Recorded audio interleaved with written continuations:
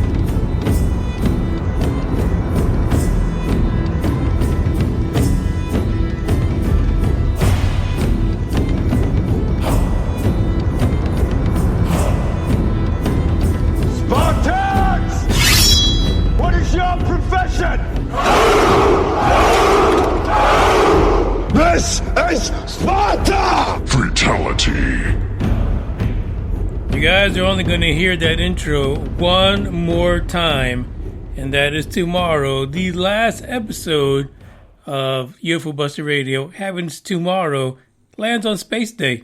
I was even thinking about having the open lines, that way you guys can call in if you want to. But the thing is, a lot of times people say, oh yeah, I'm going to call in, and they never do because they get skittish. It's just a podcast, yo. It's okay. Anyway, tomorrow it is the last episode for UFO Buster Radio. I'm done. It is over after about X amount of years. I don't even know how many. But yeah, it's a little sad. I'm a little sad on the inside because that intro you just heard will only play one more time. And those of you who just joined, you've got close to, well, it's over 500 episodes actually you can listen to. Some of my best and some of my worst work, but fun either way. No matter how bad the episode went, I still enjoyed doing it. The Tempest Universe should start on the 1st. It is a holiday, so I might have some issues, to be honest, but still, the 1st, the Tempest Universe, is right here on Spreaker.com, and eventually everywhere else, the way UFO Buster Radio has been simulcast through all these other platforms. So we'll get there eventually with the Tempest Universe. But Chris Garcia, for those of you who listen to the Dark Horde, he will be here January 15th. It's a Friday at 9 p.m. He's been booked. He's ready. He's got all his psycho juices going. Well, I didn't mean to say psycho. Psychic juices going. Oh, you guys got scared for a second there. Like, what do I know? But anyway, this is where it's going. Keep that in mind. Put it on your calendar or whatever. But actually, we'll have an episode of the Dark Horde before that. It should be on the 8th of January. The Dark Horde comes back, and then Chris on the 15th. And in between that, we'll see what happens. I did put out a little bit of a survey to the Asgardians regarding how many times should the Tempest Universe run. So far, it seems the prevailing thought is between 2 to 3 days a week. So we're going to start out with 2 and see what happens. See what's going to happen.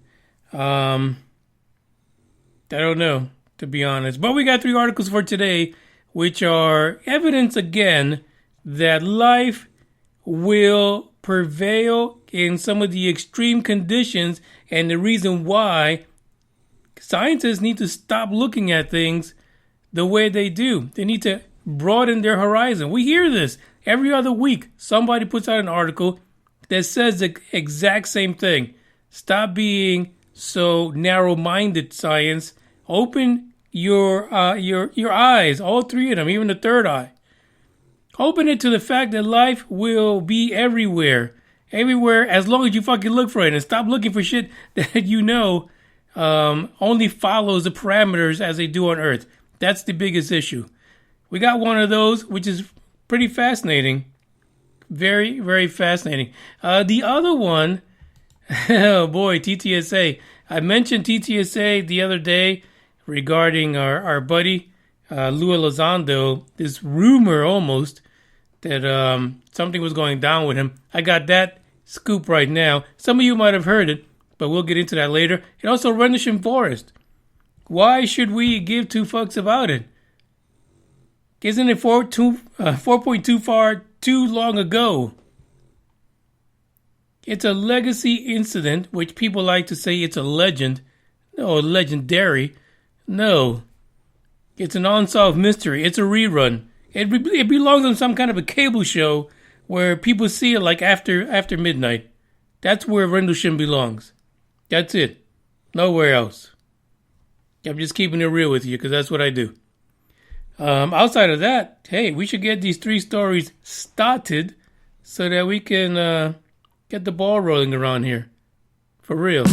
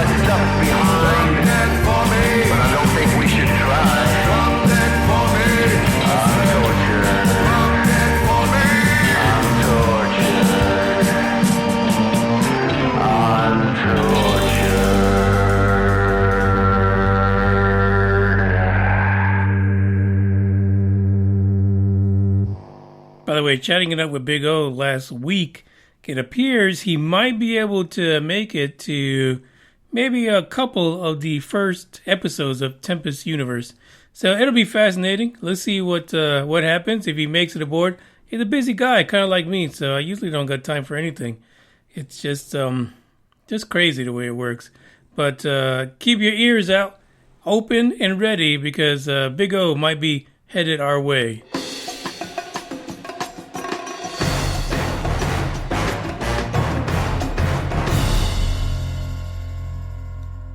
Alien life bombshell.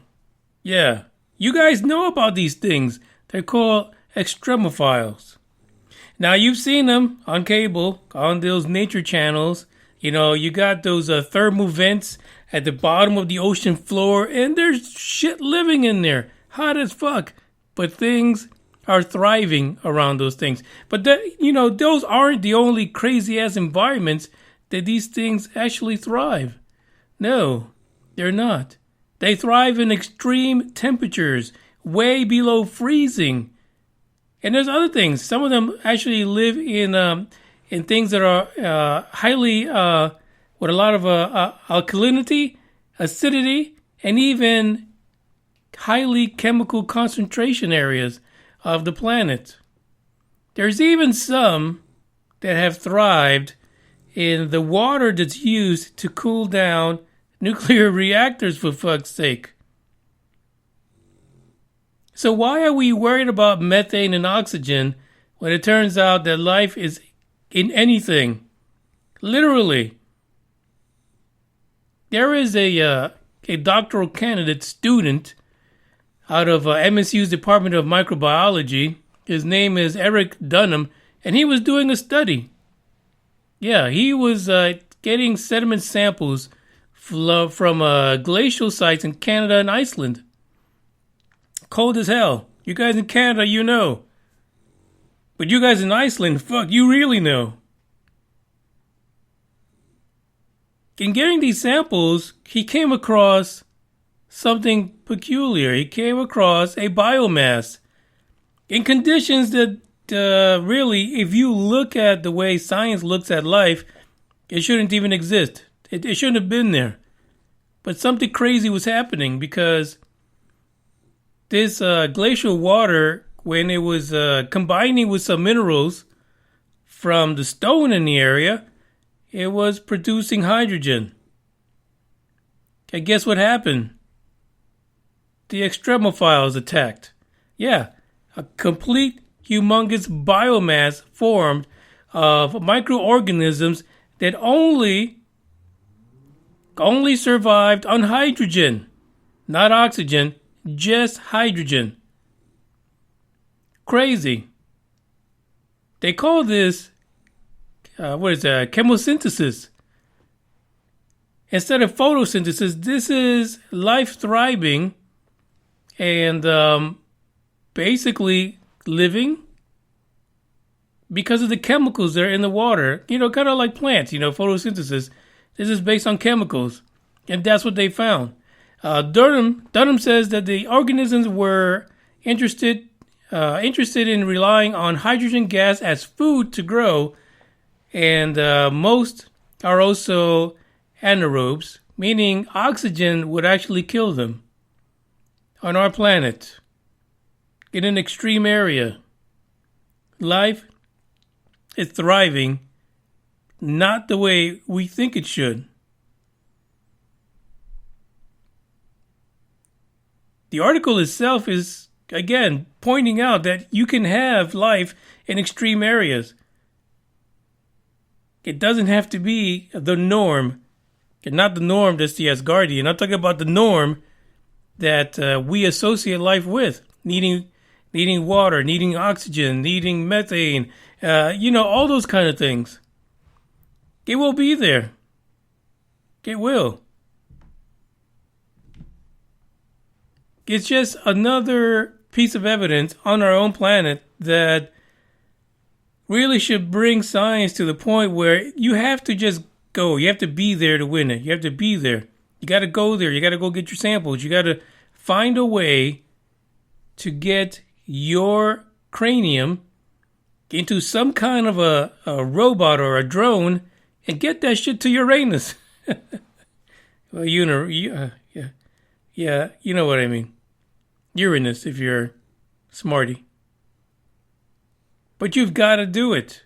You can't just assume that the world only happens the way it happens on planet Earth. Life is just thriving everywhere. Let's be honest. You just got to do it. You just got to do it. That's just the way it is. Now, the question for this is, how do we convince science that that's what they need to do? And really, if you look at it, here's a doctoral student. who pretty much has already figured that out. Accidentally, of course. That probably wasn't what he was looking for to begin with. But it was there. Because even in the quote, he says, he just kept on coming across it. He says, we kept finding organisms in these systems that were supported by hydrogen gas. It didn't make sense. Initially, they were confused as fuck because they couldn't figure out where the hydrogen was coming from, especially from way under the glaciers. But it doesn't even matter, right? Because again, we have another point of reference to let people know that when you go to deep space, it's okay. If you go over to an asteroid and you skim a couple of rocks off of it, who fucking cares? The chances are you're not going to find anything there because it's exposed to space. But even then, we see extremities. It could happen. But sometimes you got to go deep below the surface. You got to look. You can't just assume. Because when you assume, you make an ass out of you and someone else. I'm not going to say me because I do that on my own. But it's a crazy article. There's a lot more to this article in the description when you click that link. And check out what else they found and what other organisms that are extremophiles that have also been located in some really extreme areas of the world.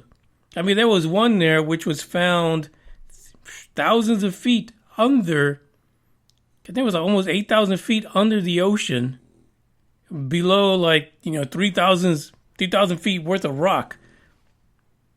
There was organisms there, multi-cell organisms. And a lot of these organisms that they find in these extreme places, they've been around for millions of years, much longer than humanity. So that kind of brings to light that there really needs to be a new focus when it comes to science on this topic. True story.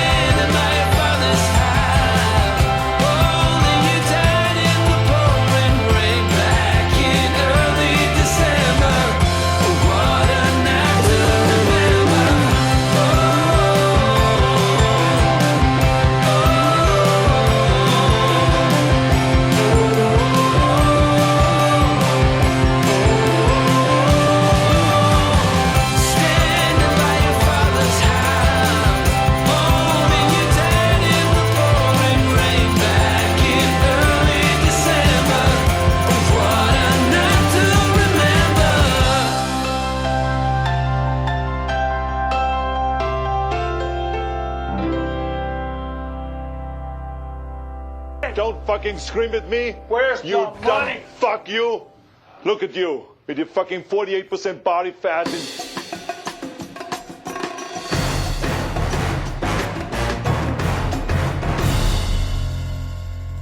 Rendlesham Forest, there is an article from the BBC. Yeah. And it's asking whether or not we have gotten... first of all, who the fuck is we? Anyway, I digress. Are we any closer to the truth 40 years later regarding Rendlesham Forest? And you know what? I can't say that I really care, to be honest.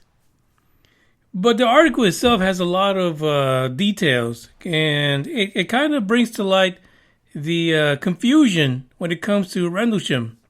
Especially one thing that it brings to the folks that read it is the fact that there really isn't an exact spot for where this thing landed, right? We don't really know where this UFO landed over at RAF Woodbridge. Nobody really knows. There's according to the article, if you go to the town right outside of the base there, you could hear about 5 to 8 different spots where this thing might have landed. So if you're going to go see it, forget about it. Now the image for this particular episode is a mock-up that they've planted over there for people to go visit of the UFO with all the markings on it and things like that. But it's over 40 years old. I give as many fucks about Rendlesham as I give about Roswell. That's not too many at all. I literally have a ton of fucks to spare because of those two legacy incidents. There was one story that they shared in here regarding a guy by the name of Vince Thurkettle. He was out chopping wood one morning out in Rendlesham Forest in late December of 1980 when everything went down. And then a car came up on him. Now, anywhere else, especially in the U.S., a car runs up on you. You do one of two things. Either you pull your weapon out or you run like hell because something's about to go down. But these two guys that stepped out of this car were dressed in suits. The first thing you guys are thinking, it's the Men in Black. Right? Could it be? Here they go again? One of them, speaking in the Queen's English, said, "Good morning. Do you mind if we ask you some questions?" Now, this is after the Rendlesham Forest incident that occurred on the 26th and 28th of December. So, of course, she's like, yeah, why not? Go ahead. Ask me. He says these men in black, which we're not going to say men in black, these suited people, asked him if he left his house and did he see anything.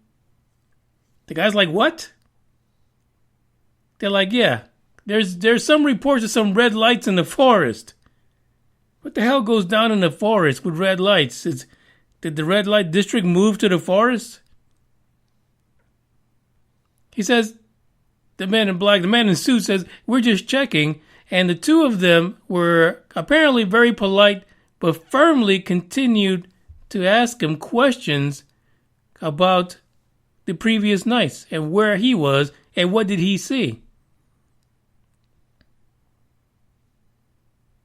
Thurkettle says that after a few questions, like over 20, I mean, they didn't pull out the bright lights, so Thurkettle, he's okay. He says that they just stopped. All of a sudden, they're like, oh, well, fair enough. There's probably nothing in it, and they just took off. They just left, just like that. He says he was really curious about what the hell was going on in the forest, and by the way, he's actually, or was at the time, a forestry employee. So that's his forest, man. Somebody's fucking around in his forest. He wants to know about it. So the quote here from Thurkettle was that he purchased the paper every day for the next few days to find out what was going on in the forest, and nothing was ever reported. Nothing until 3 years later. That's how many fucks the people out there gave about the Rendlesham incident. 3 years later, there was a News of the World front page story that says UFO lands in Suffolk and it's official. That was it. That was it. Now, the funny thing about this, so here's a guy who lives pretty close to the forest. He's a forestry employee. They thought maybe these dudes in suits, they thought maybe he might have seen something because he was out there. The funny thing is that some UFO researcher who will remain nameless at this time decided that what Thurkettle actually saw or experienced or who visited him was not Men in Black. It wasn't anyone nefarious. It wasn't someone that had any bad intentions. It was just some local reporters who were trying to get a scoop on the story. Which it would be great, right, if that was it. But why the fuck did it take them 3 years to freaking post a news article? Very strange. This is why, once you get past the 5 to 10 year mark, it's crazy. It's just like apples in a barrel. You don't know what you're gonna get.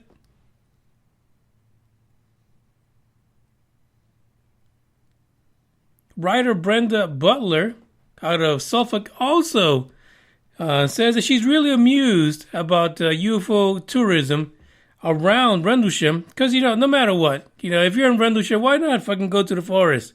Check it out. See if you can figure out where this UFO landed.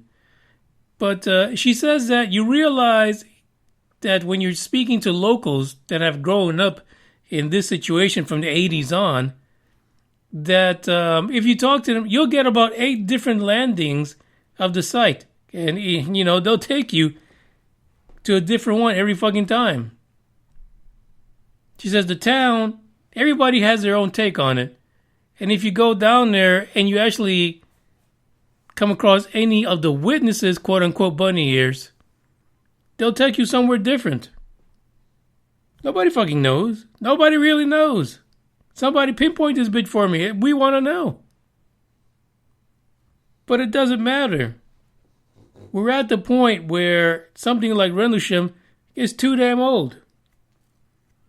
Let's forget about all that. Let's focus on everything that happened from 2000 on. That's what we need to know. Those are the ones that you can, sink your teeth into. Some of those people are alive right now. Hopefully.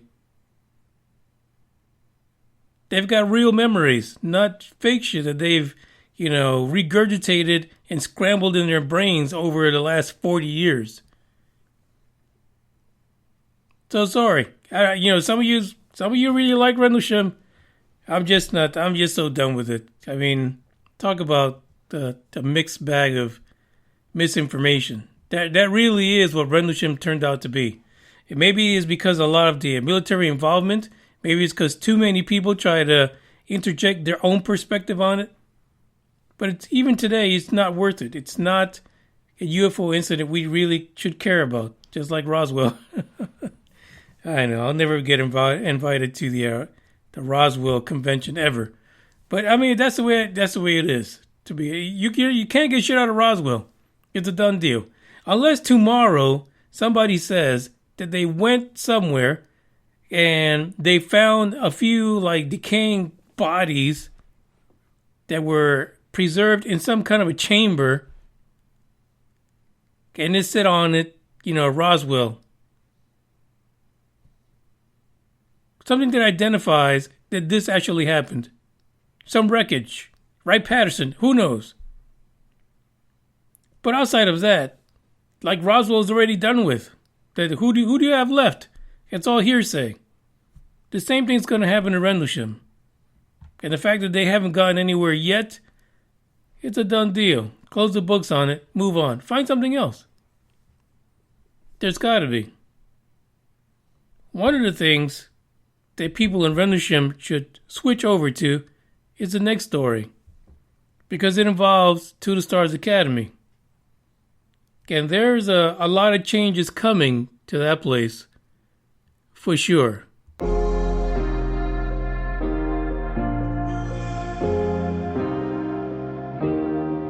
Keep thinking that I could have done something, but now I'm left with an empty making amends.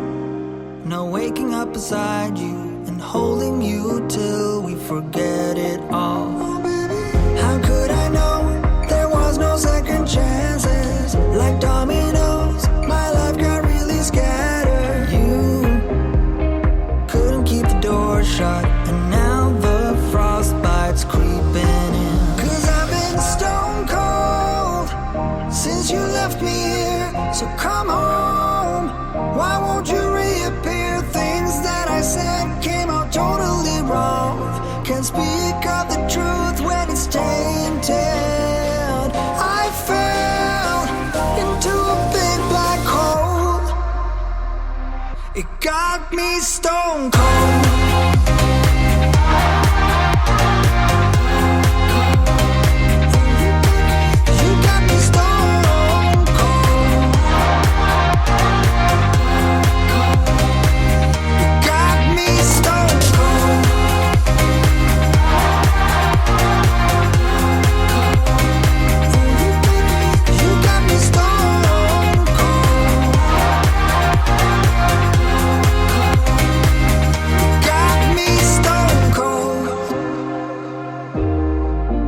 Wizard of Oz can't undo what I've done. Completely out of luck this time. I'm stuck in reverse. I gotta get away now, but I can't seem to take the lead. Oh baby, how could I know there was no second chances? Like dominoes, my life got really scattered. Still, I find myself hoping that you'll find your way back to me. 'Cause I've been stone cold since you left me here, so come home. Why won't you reappear? Things that I said came out totally wrong. Can't speak of the truth when it's tainted. I fell into a big black hole. It got me stone cold.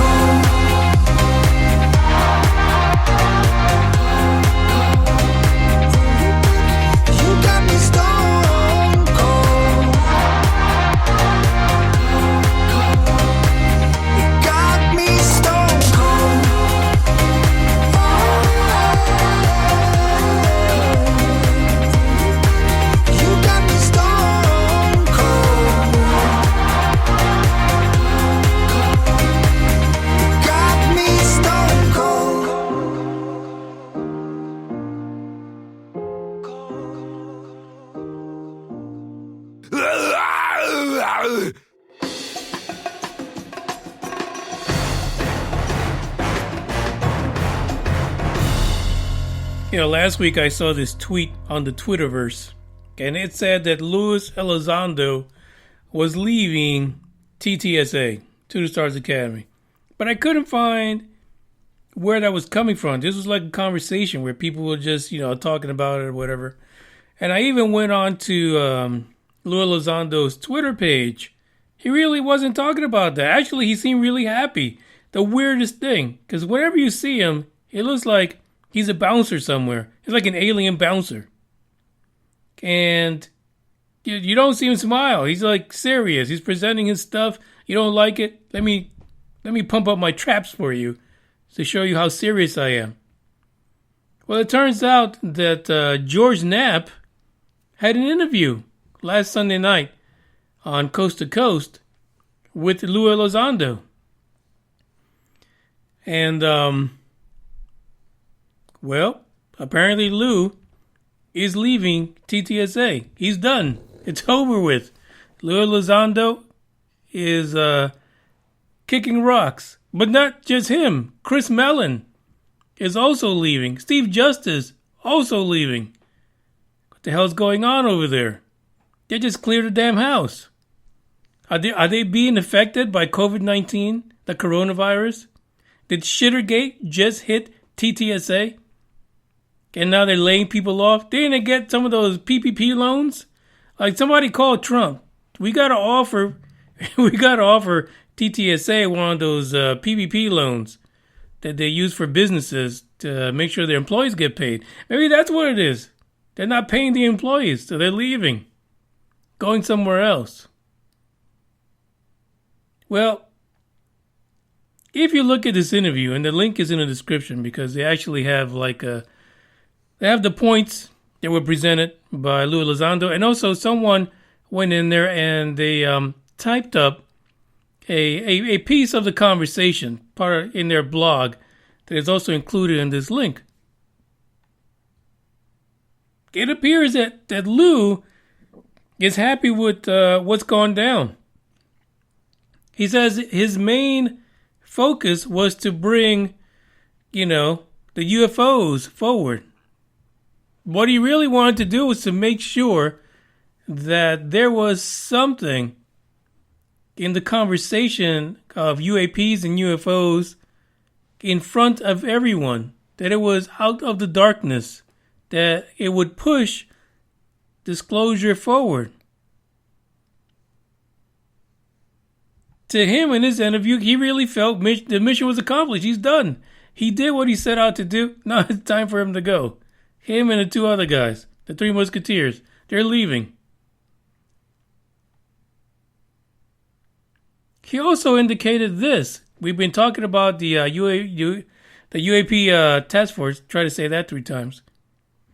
That's supposed to, sometime in January or first quarter of the year, that same task force that was in danger of not happening because Trump was holding out on a particular bill, which got signed. It's a green light for them.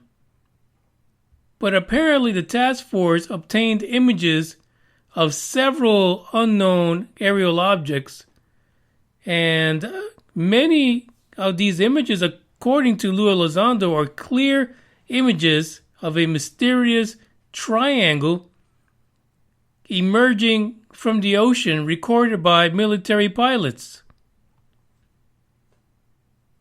Is that a bombshell for you? Military pilots actually recorded what people in ufology have come to know as the TR-3B? Coming out of the ocean? For fuck's sake. Where is Corey Good? Was Corey out in the Pacific somewhere in his TR-3B before hopping over to Mars? Crazy. Elizondo really feels like he did what he had to do. There's a quote in here from the conversation that mentions the fact that To the Stars Academy also focuses on the entertainment side of things. And he says that Chris Mellon and Steve Justice and himself are not entertainers. That they apparently intend to continue the movement towards disclosure, just not with TTSA. It looks like they are going to look at their own venture, start their own little crew in order to keep this going. Isn't that crazy? What is really going on? There's a lot of conspiracies out there. A lot of conspiracies about what's going on and why they're leaving. But got to find out a little bit more about those, because apparently there's a new member of TTSA that might have caused some waves, and enough waves to cause the departure of these 3 guys. Because really, it is shocking to me that if you put all this effort together, you swiper, stop swiping, take the videos, and then this company just blows up because of what you've presented to them. And then when they finally get a contract, because, when you look at the books, those tax filings from a couple years ago, TTSA was heading down the wrong road. But then all of a sudden, they get these contracts and the team leaves. Very, very strange to me. It almost seems like you are leaving when the thing's really getting started. When the funding is there to do what you promised people was going to happen with TTSA, which hasn't really happened yet. Elizondo did say that TTSA does have a significant announcement coming in January. a little bit of shock and awe for those of you who are, following TTSA that way. Apparently something big is going to be announced. So we'll see what that is. And in the words of George Knapp, he says there's rumors floating around that an announcement is coming in January that's going to shake things up a bit. What, if anything, can you say about it? And then Lue looks at him really seriously. And he's probably, flexing his lats or something like that. And he says, well, I can't speak for TTSA. You'd have to go through TTSA channels to ask them about TTSA. Yeah, love the acronyms. And he says, and I'll tell you from my perspective, I love my friends at TTSA. They're all incredible human beings, but I also have to say my mission has always been very clear. And that was to push disclosure forward. End of deal. Mission done. I'm out. Drop the mic. Stuff to look forward to from To the Stars Academy. At least thanks to Lue Elizondo and his perspective. Well, it's going to be fascinating to see what exactly is it that he's going to do to keep the momentum going forward.